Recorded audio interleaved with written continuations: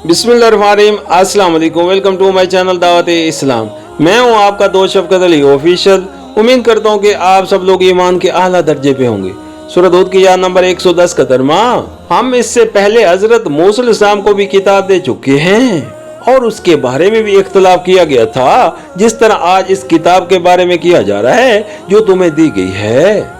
अगर तेरे रब की तरफ से एक बात पहले ही तय न कर दी गई होती तो इन इख्तलाफ करने वालों के दरमियान कभी का फैसला चुका दिया गया होता। ये वाकया है कि ये लोग इसकी तरफ से शक और खलिजान में पड़े हुए हैं।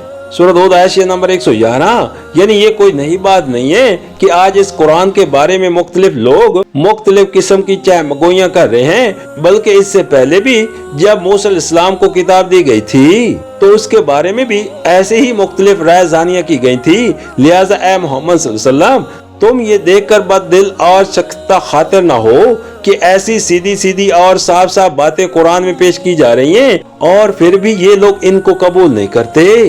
सूरह हूद आयत नंबर 112। ये फिक्रा भी नबी करीम सल्लल्लाहु अलैहि वसल्लम और अहले ईमान को मुतमिन करने और सबक दिलाने के लिए फरमाया गया है। मतलब यह है कि तुम इस बात के लिए बेचैन न हो कि जो लोग इस कुरान के बारे में इख्तिलाफ कर रहे हैं इनका फैसला जल्दी से चुका दिया जाए।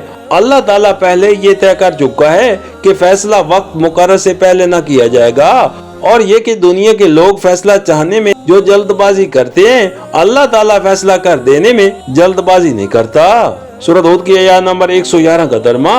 और ये भी वाकया है कि तेरा रब इन्हें इनके अमाल का पूरा पूरा बदला देकर रहेगा।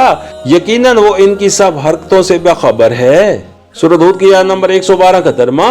बस ए मोहम्मद सल्लल्लाहु अलैहि वसल्लम, तुम और तुम्हारे वो साथी जो कुफ्र व बगावत से ईमान और इताअत की तरफ पलट आए हैं, ठीक ठीक राह रास्त पर साबित कदम रहो जैसा कि तुम्हें हुक्म दिया गया है, और बंदगी की हद से तजावुज न करो। जो कुछ तुम कर रहे हो उस पर तुम्हारा रब निगाह रखता है। सूरह हूद की आयत नंबर 113 का तर्जुमा। इन जालिमों की तरफ जरा न झुकना, वरना जहन्नम की लपेट में आ जाओगे और तुम्हें कोई ऐसा वली और सरपरस्त न मिलेगा जो खुदा से तुम्हें बचा सके और कहीं से तुमको मदद न पहुंचेगी।